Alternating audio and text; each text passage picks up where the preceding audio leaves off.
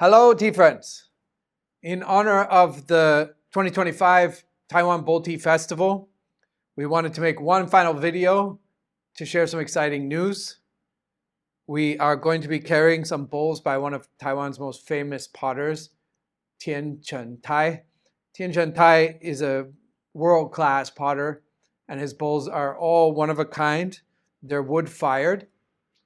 Before I discuss what makes them special and how I use them, I thought I would use this opportunity to discuss something that I think might clear something up for some of you, which is the cost of Taiwan teaware.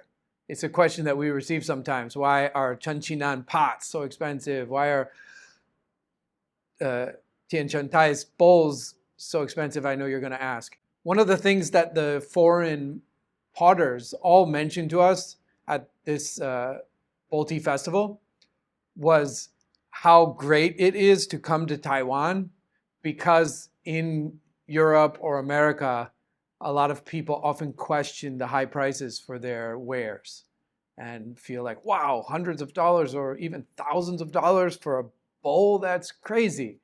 And when they come to Taiwan, there's no question. There's just understanding.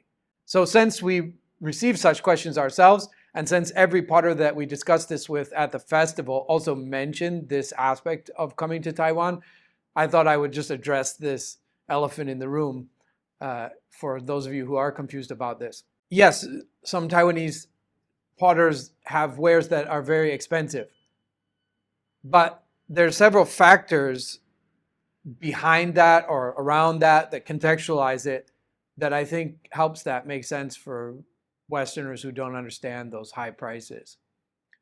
First of all, there is just a greater demand for teaware here, and there's also an appreciation for fine teaware that goes back arguably centuries or even millennia, but at least decades in Taiwan since the 70s. There's a real rich connection to potters and ceramicists, but to all artists, but in particular ceramicists and in particular teaware. So that is the most basic reason, but there's more to it than that. I think the first thing to remember when you look at a master's pieces, and they happen to be very expensive, is to understand that that person's pieces weren't always that expensive. Chenqinan or Master Tian are elderly. So behind the prices that exist currently, there are decades and decades of practice. And for the majority of that time, they weren't selling their pieces for that amount. So in other words, it took a lot of time for them to reach a level of skill and notoriety that their pieces began to be worth more. And during that time, a lot of these artists starved. That's written about in Chen Jinan's bio in our magazine, same with Master Tian. So there's a period of artistic sacrifice to get to a level of skill and notoriety where your pieces are worth more, where there's a big demand and there's not much yield. Often that period also includes lots of research, lots of travel, lots of exploration, lots of classes, lots of learning, lots of practice, and that practice can be expensive. It can involve building kilns. It can involve research in firing methods and glazes. It can involve a lot of years of unpaid research and development that goes into a potter finding their way to the place where they want to be and where they get that notoriety, often hard-earned notoriety. In the case of these masters, it is.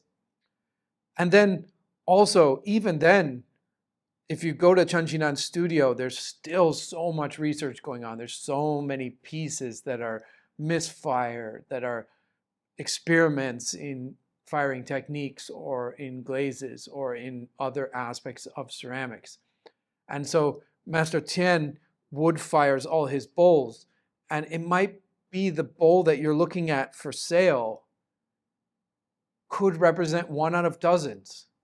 In some potters' cases, it can represent 1 out of 100. That's very common for Tianmu teaware. that they fire like 100 or 200 and get one that they really like, that they want to put out there to represent their name.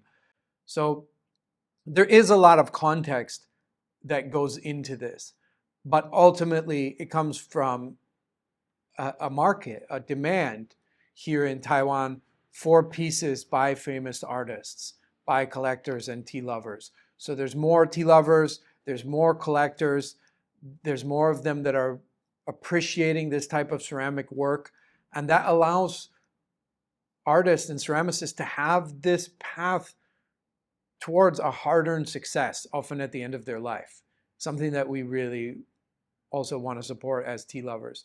So if you've ever wondered why some pieces are worth a lot more, it's because those potters have reached a level of notoriety, and it's often hard won. For us, in the case of Tian Chengtai and potters like Chen Qinan, it's a real honor to be able to even represent them and sell some of their wares to the West. Though we understand that their high cost makes them prohibitive for a lot of people. That's why we have more affordably priced teaware, and the majority of our teaware falls into that affordable pricing. We work really hard to make affordably priced kettles and bowls and other things that you might need to practice tea, and get them at as low of cost as we can, so there's less barrier to entry when it comes to tea. But for those looking for one-of-a-kind pieces that are really magical, we also want to have that, both to meet that demand for more discerning tea lovers who have reached a place in their journey where they're looking for that something special and have the means, and also then to support these potters who are our friends and to get their name out into the West. This is a lot of what we do in Global Tea. We translate articles by famous authors that gives them exposure to an English-speaking audience and makes them very happy. And so, of course, we want to do the same with our friends who are ceramicists. On our website, you can read more about the biography of Tian Chengtai. He's an amazing man. These bowls are incredible. First of all, they're one of a kind, and they're fired at very high temperature with wood, which is getting more and more common, but is still quite rare here in Taiwan. His techniques are his own secrets, but what I love about these bowls is, first of all, that they're shaped like Zen begging bowls. So they're meant to kind of replicate the begging bowls of a Zen monk, but they do also have their own kind of wabi and style to them. But there's a kind of an energy of a monastic bowl to them. They fit into the hand just so perfect. They are so comfortable. They don't get hot. They're very soft to the touch and really wonderful, wonderful to hold. They really fit into your hands. The kind of lip that he makes that makes them almost the shape of like an antique censer for incense. That lip lets them fit into the hands so beautifully. Really, really wonderful.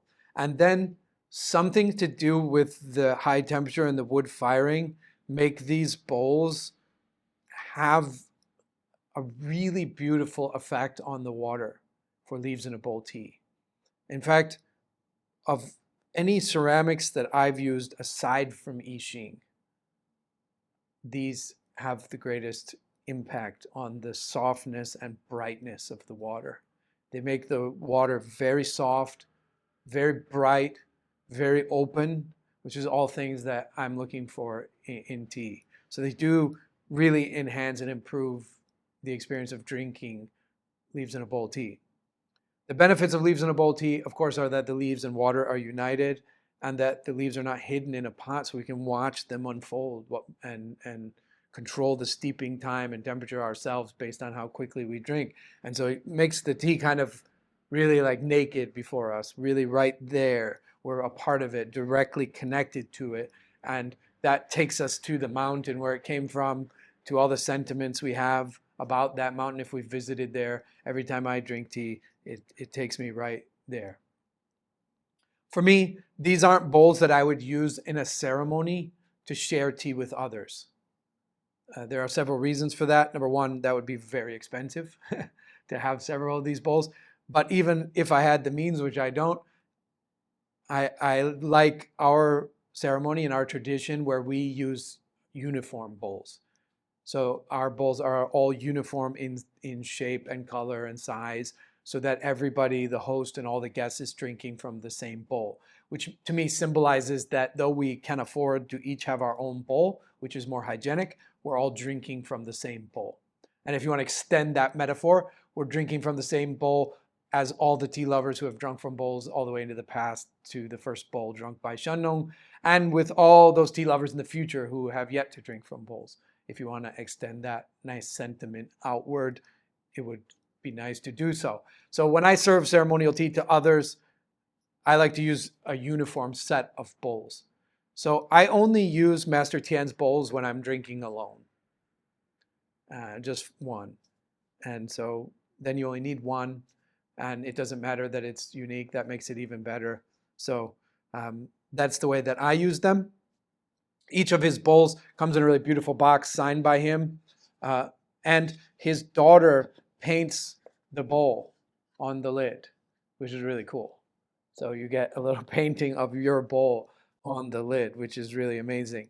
And you will see then that they have a really magical quality of appearing heavy but being light, which is one of the qualities we want from teaware. Chen Qinan is a master of that too. Again, a lot of these great masters, they took decades to really get to a degree in their craft where they could do all this. One of the common things that we experienced at the Bowl Tea Festival was going around and picking up bowls. And you can see a lot of potters, their bowls look heavy and also are heavy. And traditionally, a bowl should appear heavy, very solid, but be very light. And Master Tian's bowls are very light and soft and fit your hand so softly and smoothly, and they're very, very balanced. So you're going to notice that. And then you're also really quickly going to notice the effect that it has on tea. So for me, I only add a couple variations when I'm drinking tea alone out of one of these bowls. So those of you who are familiar with our leaves in a bowl ceremony, I'm going to share those variations with you now. If you're not familiar nor interested in learning our ceremonial technique, then just keep it simple. Put some leaves in a bowl and add water. It's really that simple. If you're fortunate enough to get one of Master Tian's bowls, that's all you really need to know. But for me, I do this just like I would an ordinary ceremony, only a few variations. First of all, I usually start with the bowl out on the chashi, as it is now. So I don't bring it in the way that I would if I was sharing tea in our traditional ceremony. Second, I don't use my hands to put the leaves in the bowl. I often use a scoop for this because the bowl's bigger, and why not? And then the only other variation is in the way that I rinse the bowl. So to rinse the bowl, I add some water, and then I'm going to bring my zhenshui out as I ordinarily would and turn it 3 times just like I would in an ordinary ceremony. Now here's where the difference is. This bowl's really big. So picking it up and like holding it at a 45-degree angle and spinning it to clean it is a little bit awkward. And it also, for me, it feels like it puts the bowl at a little bit of a risk. So this is the main variation in the solo ceremony that I do with Master Tian's bowls, is instead of doing that, I just tilt the bowl because I want to clean all the sides. So I tilt the bowl. Just tilt it around in a circle, and then I let the water out. So that's the main variation of how I use this bowl at home. And then, of course, I would remove the zhenshui as ordinary, spinning 3 times. And then, as I said, instead of having the tea and putting it in with my hands, I often use a scoop, but you could also just use your hands in the same way that we do in ordinary ceremonies. But I like this.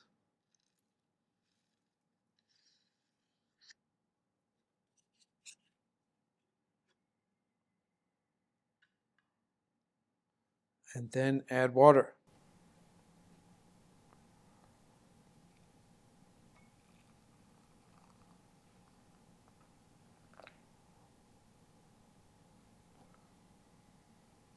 One other variation you may want to experiment with if you're doing a solo session with one of Master Tian's bowls is to, instead of drinking the water all the way down, refill when you've drunk about 85%. So leave a little bit of water in there.